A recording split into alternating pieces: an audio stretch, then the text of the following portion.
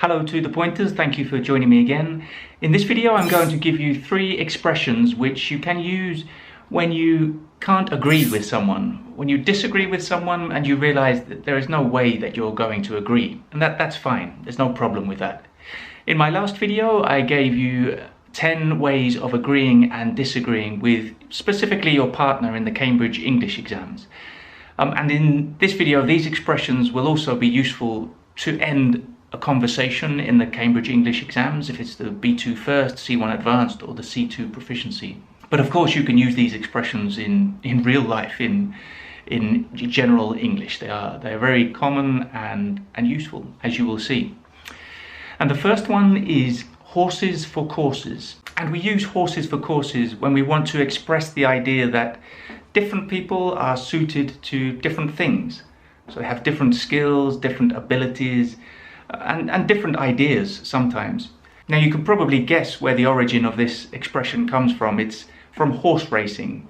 So often you have particular horses who are good for particular courses, so that the tracks where they run around. So maybe, I'm not an expert on horse racing, but some horses are good on soft ground, some horses are better on hard ground, longer courses, shorter courses. So horses for courses. So when we talk about people, it's just what they do best or what they are suited to most. So let's look at an example. For me, the best way of learning a language is by analysing the grammar and vocabulary in exercise books. Really? Well, for me, a more natural approach suits me much better. Well, horses for courses. A similar expression that you can use in a similar way, but it has a slightly different meaning, is different strokes for different folks. Now this basically means that people are different. People have different likes, wants and needs. So whereas horses for courses was referring to the skills and abilities, different strokes for different folks is referring to what people like and just the fact that people are different. And again, that's okay.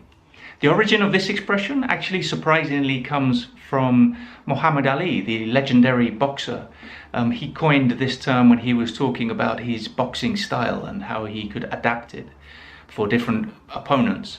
But nowadays we use it in this more figurative sense that, yeah, people are different and that's fine. So let's look at the example.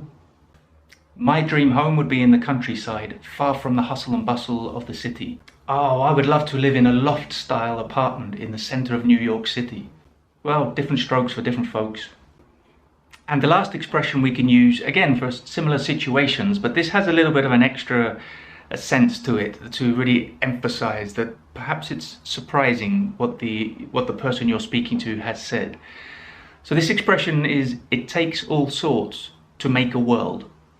Usually we just say it takes all sorts. We don't need to say to make a world. Again, this means that people are different and that's fine, but it has this extra idea that what your partner has said is a little bit surprising and unusual.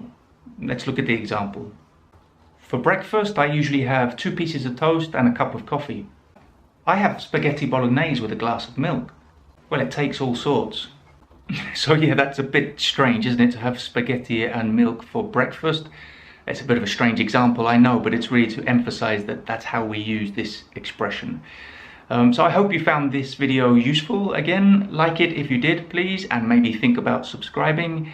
And I'll see you very soon for another one. Take care. Bye.